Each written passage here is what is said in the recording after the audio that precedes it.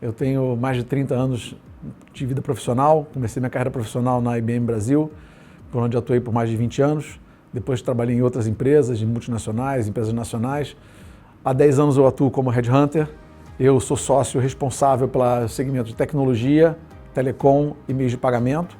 A empresa que eu trabalho é a Cornerstone Havik, nós somos uma das 10 maiores empresas de Executive Search no mundo, presentes aí em mais de 40 países, mais de 60 escritórios pelo mundo. A média gestão e a alta gestão, elas fazem parte de uma cadeia de comando que é muito importante para as empresas. Você não pode dividir muito as coisas, mas elas têm uma separação muito óbvia. Quando você trabalha com profissionais, né, que são analistas, pessoas que estão no início de carreira ou que estão na área mais operacional, elas não têm nenhuma obrigação de gestão naquele momento. Quando as pessoas começam a entrar no momento de gestão, elas começam a ser responsáveis pela performance de algumas pessoas, por respeito a políticas e procedimentos que as empresas têm que ter. Elas são responsáveis também por ser um pouco de mantenedores da cultura que a empresa tem em torno de si, das pessoas, respeito aos clientes, respeito aos seus stakeholders. E um dos pontos mais importantes, quando a gente olha a média gestão para a alta gestão, é o impacto na gestão da empresa e nos resultados da empresa. A média gestão ela é responsável por uma gestão mais focada na parte operacional, onde você está liderando pessoas que estão na operação no dia a dia, que fazem a empresa girar, e a alta gestão olhando a parte mais tática, a parte mais estratégica, a parte mais relacionada à visão da empresa para fora, né? E isso daí é muito importante porque um erro na alta gestão pode significar um impacto muito grande no resultado da empresa e na imagem da empresa frente ao mercado.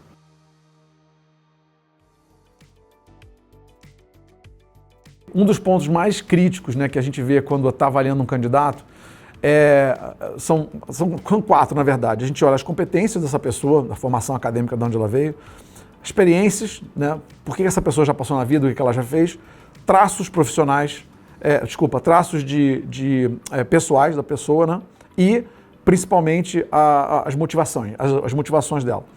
Quando a gente olha esses dois últimos, os traços da pessoa e as motivações, são as coisas que movem a pessoa à frente. E aí, quando a gente fala dos traços, é como a pessoa se comporta no dia a dia. Então, quando a gente fala de comportamentos errados, quando a gente fala de falta de empatia, falta de avaliação de cenários, falta de visão do que os profissionais que estão em torno têm que fazer e falta de exemplos, né? Eu costumo dizer que as pessoas podem ser líderes pela tirania, né? Eu sou seu chefe, eu mando em você. E as pessoas podem liderar pelo exemplo. Quando a gente coloca uma pessoa que lidera por um exemplo e esse exemplo não é bom, esse exemplo às vezes é tóxico, esse exemplo às vezes é negativo, ele pode criar um contágio na organização como um todo e isso daí pode criar um efeito trágico depois no final.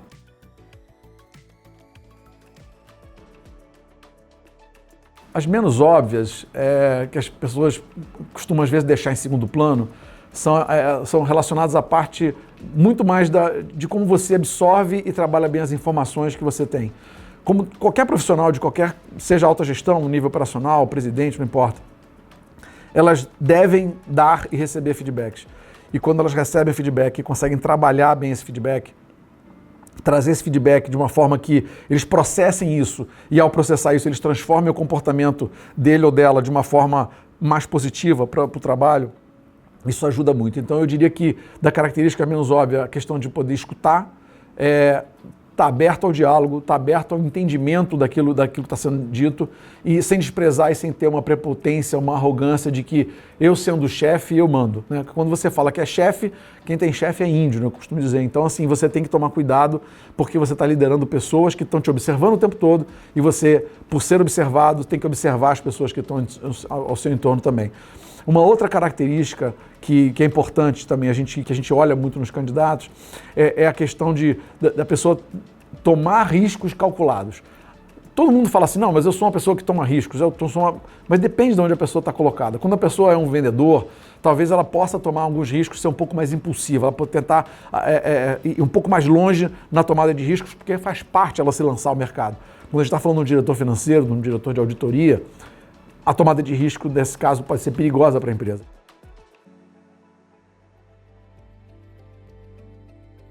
Se a gente tem um profissional que não teve experiências naquilo que ele vai fazer atualmente, a chance do sucesso é baixa.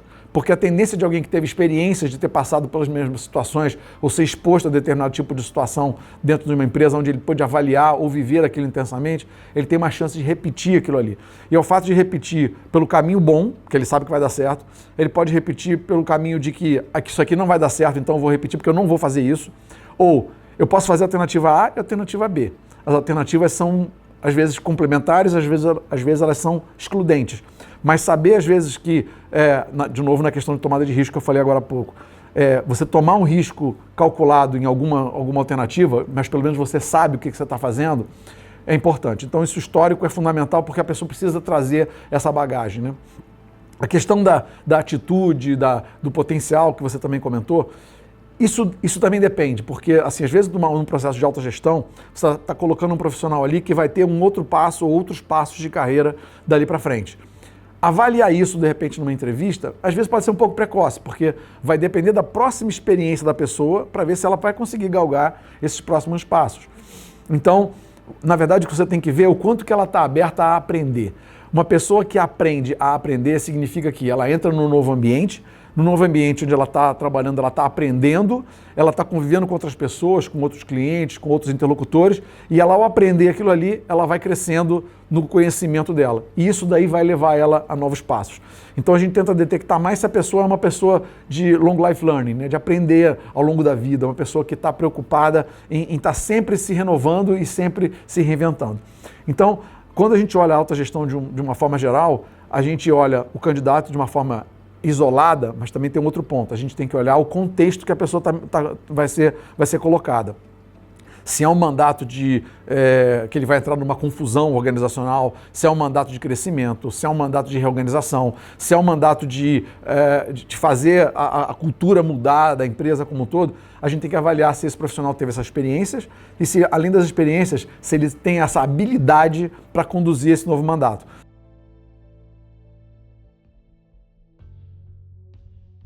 E quando a pessoa é muito prolixa ou muito lenta, ou usa termos que ninguém consegue entender, ou tem uma comunicação mais difícil no dia a dia, no trato pessoal, isso pode derrubar um candidato. A outra coisa que pode derrubar o candidato, que por incrível que pareça às vezes acontece, são eu ia dizer as falsas referências, mas eu já disse, então são as falsas referências. É a pessoa falar que eu fiz isso, eu fiz aquilo, eu fiz tal curso, eu fiz participei de tal evento e isso na verdade não aconteceu. Por conta disso que nós como Headhunters buscamos muitas referências que o candidato não nos dá. Né? Se você perguntar para mim que referências eu tenho, eu vou te dar 5, 10 pessoas que vão falar bem de mim. O ponto não é falar só com essas 10 pessoas, é falar com as pessoas que a gente consegue descobrir que tem conexão para poder pegar informações que eu diria são privilegiadas ou informações diferentes que a gente que o candidato não fica sabendo. Esse ponto é muito importante, muito delicado e aí a gente tem que tratar muito com confidencialidade e com um bom relacionamento que a gente tem no mercado para evitar isso. Eu acho que o terceiro ponto que derruba muito os candidatos e candidatas são a confusão mental ou a preocupação ou a dificuldade na clareza dos seus objetivos como pessoa, como carreira e o que você quer fazer. Quer dizer, você está de frente com um candidato para um processo que eu estou para contratar para outra empresa, né? E a pessoa se demonstra meio incerta, não sei quais são os fatores que me motivam aí ou não. É porque eu vou ganhar mais? Não, é porque eu vou trabalhar numa empresa que eu gosto mais? É porque eu vou trabalhar com pessoas que eu admiro? É porque eu vou trabalhar com empresas, com clientes, né, que vão me desafiar o tempo todo? Quando a pessoa se mostra muito confusa, a gente vai para aquele ponto que eu falei das pessoas que aprenderam a aprender. Se lançar, às vezes, em alguns objetivos, alguns desafios que não conhece, isso é bom, porque você vai acabar crescendo.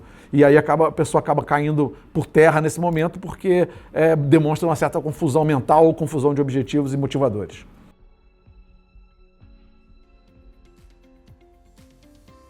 Para a pessoa se preparar, sob o ponto de vista de carreira, eu acho que são vários aspectos. O primeiro é observar os outros, observar casos que são negativos para ele, que ele não repita, isso aqui não deu certo, não vou fazer isso. e casos positivos. Isso aqui deu certo, olha como é que funciona bem. Então, eu acho que observar as pessoas, observar os ambientes, porque quando você vai para o nível de autogestão, o componente político é diferente. A gente tem que avaliar que num cargo de autogestão, os seus pares são de alto nível, as pessoas que estão abaixo de você têm um nível melhor, de uma robustez maior gerencial, e você tende a ter uma dose maior de exposição política, de ser observado e estar observando pessoas também. Então, por esse componente político, eu acho que você tem que ter muito mais habilidades, que a gente chama de soft skills, que são coisas que estão com a pessoa, do que somente hard skills, que são as habilidades técnicas. As habilidades técnicas não falam tão alto nesse momento, quando você vai para um nível de autogestão. Então, a pessoa colecionar fatores de observação, de comunicação, importantíssimo também, de clareza no que quer fazer e clareza no que não quer fazer.